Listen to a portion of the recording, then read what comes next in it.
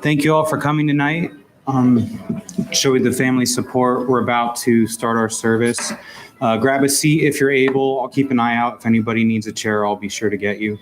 The family has requested that I do close the casket for the service, so I'm about to do that now.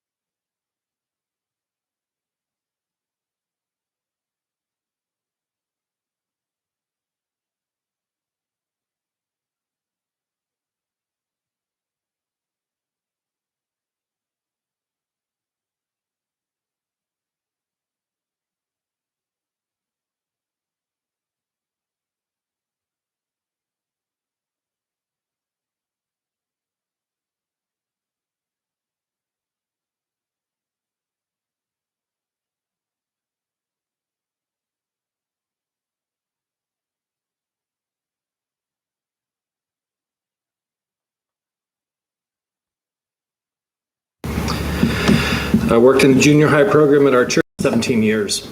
And during that time, I learned that 80% of the time, the character of the parents is reflected in the kids and vice versa.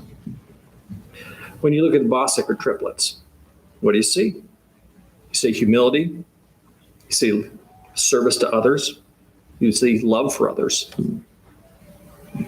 They look a lot like Jesus, who was humble, served people, and loved people more than anyone ever has, either before or since. So when you look at Jim and Becky, it's no surprise that you see the same thing. And they loved being dad and mom to these kids. My favorite verse in the whole Bible is 3 John 4, where he says, "I have no greater joy than to hear that my children are walking in the truth." I see that same joy in Jim and Becky as they followed this truth, which we call the gospel, which just means good news. Let me tell you, there's no news better than that news. Nothing. So let me start with a question. Have you ever had the feeling that you just don't measure up and are terrified that people are going to find out? Do you ever get that longing for a world that's like this one, but better, where people are good and things aren't dangerous or threatening? Where there's no more pain, no more sadness, and where someone, say Jesus, wipes away every tear from your eye? We all have these longings. We feel that way because we were made for a world like that. And the good news is it's available to you at no cost at all to yourself. There is a cost, a huge cost, but Jesus already paid it for you. It's like having a friend give you tickets to the World Series. You don't have to go. But if you do, you don't have to pay. If you do want to go. You might even say, I don't even like baseball. Or I've been told heaven's one big, long, boring worship service. or I don't even like harp music. But I really doubt heaven's like that. You know that feeling you get when you're completely awestruck by a sunset over the Grand Canyon, or by Debussy's Clair de Lune, or some other amazing thing like A Private Smile for my granddaughter, or for my beautiful wife, Bev? I think heaven will be jam-packed with those wow experiences. I think we'll spend hours and hours investigating why the stars and galaxies are so beautiful, why God made us in the first place, and what it means to have an infinite God love us, to love me infinitely. I think we'll have a deeper appreciation for these things every day after day, getting better all the time. A quadrillion years will be just the start. I can't imagine constantly better. Certainly not for a year. Certainly not for 1,000 or a quadrillion years. But I just bet that's how it's going to be. And it fits exactly with what the Bible tells us. You were created for a relationship with God. You know this is true. Here's how you know. You ever been in love? What's it feel like? You're walking on air. It's awesome. There's nothing like it in the world. Nothing else matters but that love. We love to be loved. We love to be in love. But this love is weak and dim compared to what Jim is experiencing right now. So don't feel sorry for him. His body has been perfected. That's not his body. That's his old body. He's got a new body. His heart has been perfected. He wants you to be perfected. And he's hoping, and yes, praying, even now, that you'll take his advice and take Jesus up on this offer. If you already have, find a way to get more serious. Find a way to make it stick. Have an impact on the people around you. Ask God to help you love better. Let's take a look at some parts of the Bible that speak to this. In John chapter 11, Lazarus, Jesus' friend, the brother of Mary and Martha, is dead. Jesus is speaking to Martha right before he was about to raise him back to life. Martha didn't know that yet. It says, Jesus said to her, I am the resurrection and the life. He who believes in me will live even if he dies. And everyone who lives and believes in me will never die. Do you believe this? Yes, Lord, she told him. I believe that you are the Christ, the Son of God. That's all it takes. Put your trust in Jesus. Sounds like a bumper sticker. Put your trust in Jesus both for your ticket into heaven and for your ability to follow him, your ability to love, your ability to give, your ability to serve, your ability to stop thinking about yourself and start thinking about others more than you. It's hard. I feel like I'm maybe starting to understand a little bit more how that works. And it is not easy, but it takes a lifetime. So let's get started. This passage from 1 Corinthians chapter 15 is one of Becky's favorites. Paul writes, I declare to you, brothers and sisters, that flesh and blood cannot inherit the kingdom of God, nor does the perishable inherit the imperishable. Listen, I tell you a mystery. We will not all sleep, but we will all be changed in a flash, in the twinkling of an eye, at the last trumpet. For the trumpet will sound, the dead will be raised imperishable, and we will be changed. For the perishable must clothe itself with the imperishable, and the mortal with immortality. When the perishable has been clothed with the imperishable, and the mortal with immortality, then the saying that is written will come true. Death has been swallowed up in victory. Where, O death, is your victory? Where, O death, is your sting? The sting of death is sin, and the power of sin is the law. But thanks be to God, he gives us the victory through our Lord Jesus Christ. Therefore, my dear brothers, stand firm, let nothing move you. Always give yourself fully to the work of the Lord because you know that your work in the Lord is not in vain. Jim has been raised imperishable. He is clothed with immortality. This plea comes from Jim. It also comes from Jesus, the one who made you to be loved by God. Please listen to them. Kayla, would you like to say something?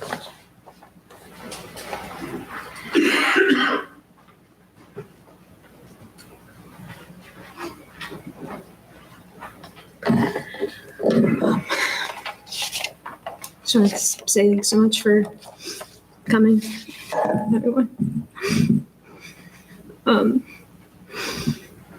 just wanted to come up here and talk about how proud of my dad that I am.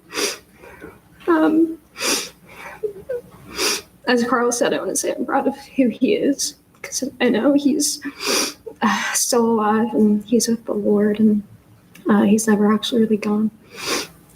He's presently in heaven with him, and I want to talk about, again, who he is. I really loved my dad's curiosity. He really loved to learn. He was always watching documentaries and was always excitedly sharing his knowledge that he learned. And one of my friends always say I watch more documentaries than anyone they know, and I think I get that from him. And he was always really reliable. You could count on him to provide financially and practically. I've had a lot of car trouble in my day, and he always took care of that. I also really love my dad for his humor. He was so goofy in the best way. I was sharing this with some family last night. Over lockdown, he got an earring for fun, and wanted to see how long it would take for my mom to do this. It was kind of a fun game for himself. And he just played such an active role in our lives. He was always there, always intimately involved and very present. He was with me in hard times. And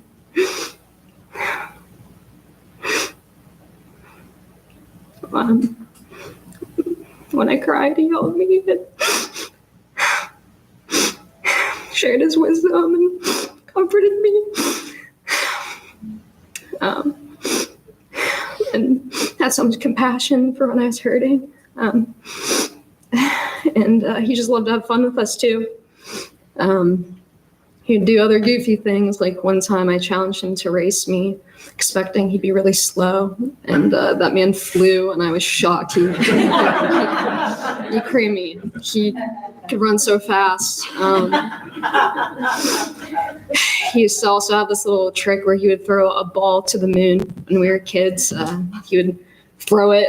It would be in his hand 1 second and gone the next. And I'm 24 and I still don't know where that ball would go. I checked everywhere and I never figured it out. And also with him, I just know how much he loves my mom because he would tell me. And I know how much he loves me because he would tell me that too. He was always so excited to see us and was eager to spend time with us. And I took a lot of pride in us. One of the last times I got to talk to him, I was talking to him about my graduation from college, and he said he was really proud of me and gave me a big hug and was really excited for me. And like I mentioned before, he always provided in all kinds of functional ways. And as I've mentioned, a lot of relational, emotional ways too, just being there for us. And he'll always have an impact on my life in those emotional, relational, and practical ways. But one other way I believe to be the most important is in a spiritual way. He helped introduce me to God and who God is and how he's a loving father. He raised us in a really godly household. He showed us God's character by loving us unconditionally in the way God loves us. And one other thing, out of another thing that I really admired about him that also pertains to the spiritual was he had such a Christ-based bravery and confidence when it came to where he knew he would end up after this life. My dad was always very confident. Growing up, my dad has had a heart condition and has been in some serious spots before, and death did not hold that much fear over him. He was confident and knew that he would be with the Lord and with God, whatever happens. And that's been a really great example for me personally. I'm an anxious person and struggle with anxiety a lot. And I think that's just something he's taught me to not worry about so much. He just knew at the end of when the end of his life came here, he'd be starting a new one in heaven with God, a perfect one with Christ perfectly, and Jesus himself would receive him and take care of him. John 14:2 talks about 2-4 talks about how Christ goes and prepares a place for us. His Father's house has many rooms. And he said, where we'll be, he shall be also. And my dad really believed that. And as Carl kind of mentioned from 1 Cor 15, what comes with that place is an imperishable body, an imperishable world. And so it gives me a lot of comfort knowing my dad is with God and I will see him again. And even though this situation is really hard and I wish so much he was still here, I have a lot of hope that I'll get to see him again. And it makes me that much more excited to be in heaven myself one day. I'm less scared to leave here because I know my dad will be there. So I just wanted to share that with you guys. And he's just a really great man. And I really appreciate you guys being here.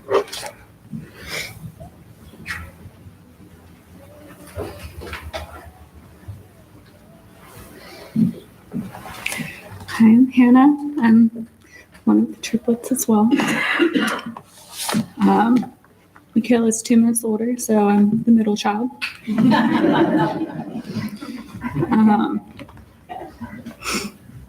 It was kind of hard to think about what all to write today. But I guess I just kind of wanted to talk about what I had talked about with him in his last few days in the hospital, and that was just a really great time. I don't know if any of you have read the book called Heaven by Randy Alcorn, but it's really good. And I had read him some of it. And there's a chapter that's stuck out where he talked about Revelation 6. And he gets at the idea that even though our loved ones are in heaven, they still get to watch what's going on. It's really hard to think that he only gets to watch and not be here.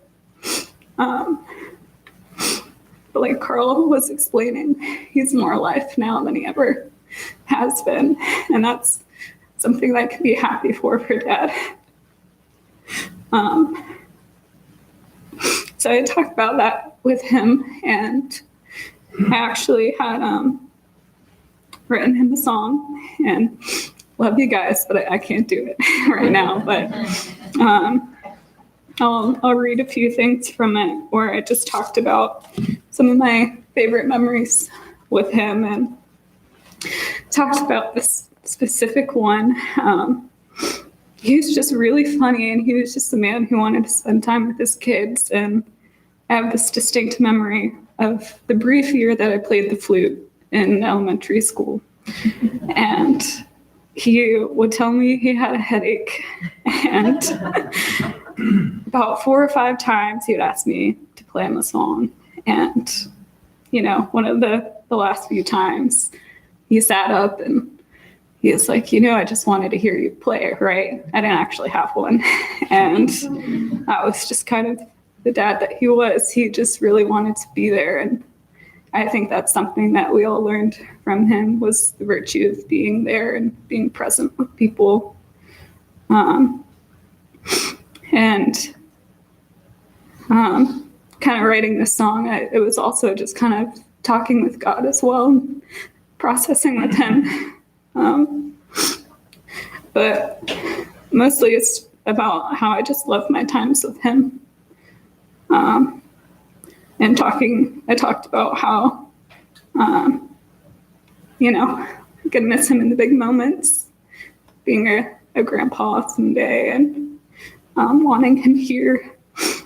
Talking about how still hoping that Michaela has ginger-headed kids, and we joke about that together.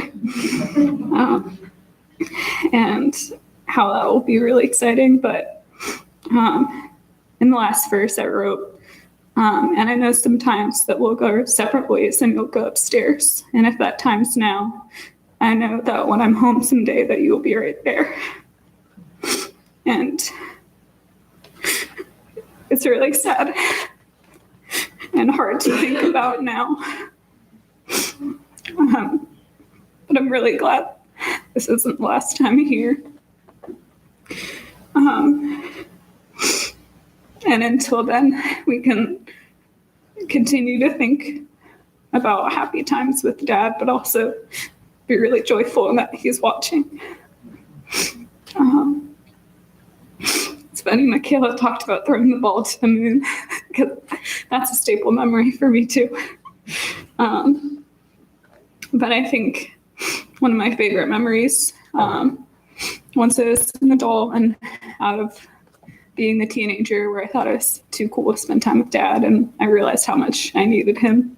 I remember there was this distinct time where I had come to Mom and Dad's house and I was crying because I was learning how to high school Bible study, and I was terrible, really bad at it. And had gotten myself together, gotten in the door. My dad took one look and he was like, "What's wrong with you?" And I started crying. And I think his response really sums it up, and he just reminded me of how much grace that I have. Referenced Ephesians 2 about how it's by faith that we're saved, not by works. And he had the same mindset where no matter how much attitude I gave him as a teenager, or no matter how much would push him away at times, he always loved me and moved towards me anyway.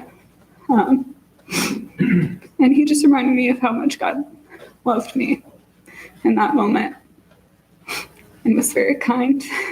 And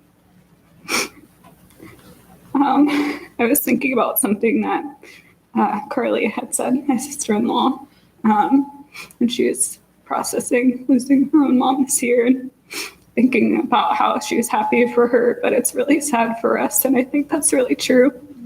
But I'm really glad he's in heaven. He's in a perfect body. And that when I do come home, like I said in that song, that he'll be able to stand and hug me again. And that will be really joyful. I think that sums it up for me. I think Jared's going to share some thoughts as well.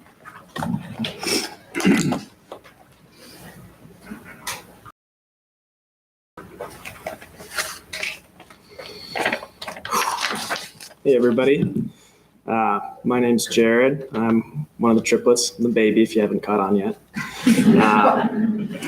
On behalf of my whole family and on behalf of Dad, I just want to say thank you for each and every one of you being here. It's so wonderful to see a room full of people that love Dad and loves us, and we're really grateful.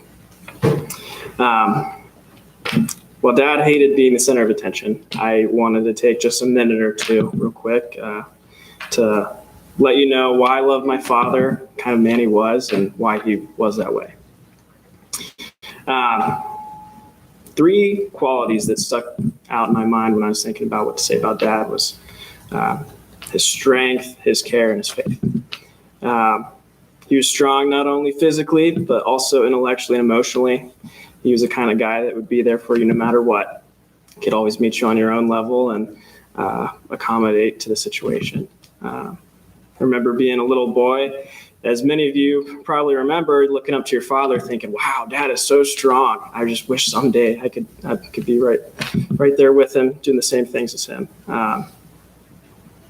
And I admire him, and I still do. He's been a pillar of strength and faith and love and care, a masthead and a role model in my life.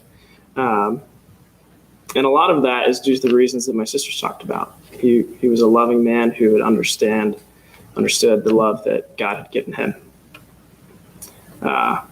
He's a very caring guy. He provided, protected our family. He's the hardest worker I ever know, and I hope that I can someday be as hard a worker as him.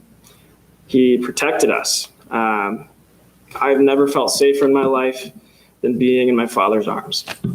And I hope someday to be the kind of father that works hard and protects his children the way he did for us and for Mom.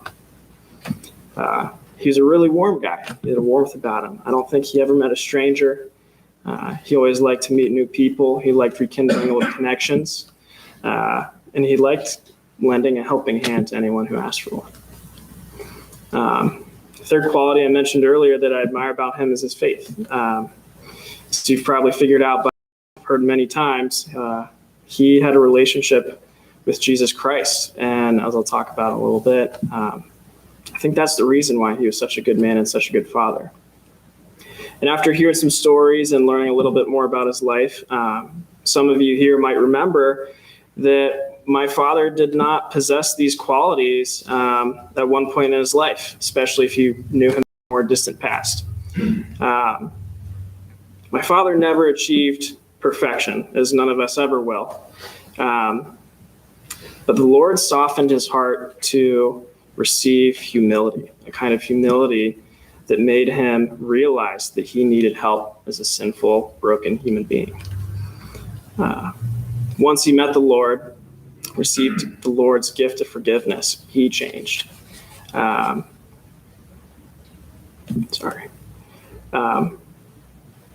He changed because he had understood that the love of God is renewing and fulfilling and constant. When I think of my dad, I think about how he was always there and he was always a consistent factor in my life. No matter what happened, no matter where we were, he was always there. He was always ready to speak a word of wisdom or to sit in silence with you, to just give you a big hug. I hope that I can remember him as well as I do now, talking about him when I'm his age and hopefully older, because he stands out as a beacon in my life of what it looks like to understand the grace that God has given him and extending that to other people as well. I am incredibly proud to be his son, and I'm incredibly proud of him. He overcame so much in his life and went through so many trials and sufferings. Yet again, he clung to the Lord and clung to his family and weathered the storm. Throughout this life, I'm going to miss him more than I probably know now, and I'll also celebrate him until that fateful day that we'll be reunited.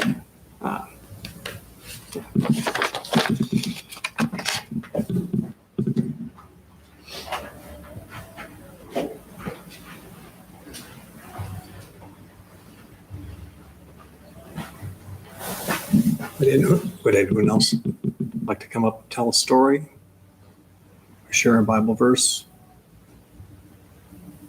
or say something that you'd like people to remember about Jim?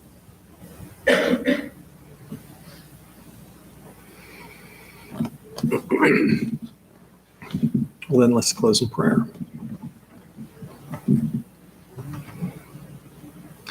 Father in heaven, you are merciful, you're gracious, you're kind and compassionate. And we barely understand that, hardly can know what it means to treat other people like that, much less experience or understand the way you treat us. or what you're like. We don't understand big numbers, much less infinity. We can't imagine what it's like to be an infinite God who knows everything and who loves with an infinite love, who has always been and always will be. But we do understand gratitude to some extent, and we're thankful that you invite us into your life. You invite us into relationship with you. Jesus says that we can relate to you the way he relates to you. And boy, does that sound attractive. So please, Lord, give us that. Thank you for men like Jim, who are pillars of our communities, pillars of our church, who stood up for what's right and true, the truth that you came and gave yourself for us, and that we should live the way you showed us how to live. Dependent on you, dependent on God, willing to receive, not trying to earn it ourselves, because we can't. We can't earn what we already have. So teach us to receive, Lord, to receive your love, to pass it on to others, to invite others into your family. Thank you that you adopted us, gave us life, that which we don't deserve, but you give because you are love, and you love because that's what you do. So, thank you again for his life, for his example, for all his friends and family who are here, for people who knew him, for the humor and the stories and the example he set for us. Help us to remember him with fondness for many years to come. Amen. Thank you.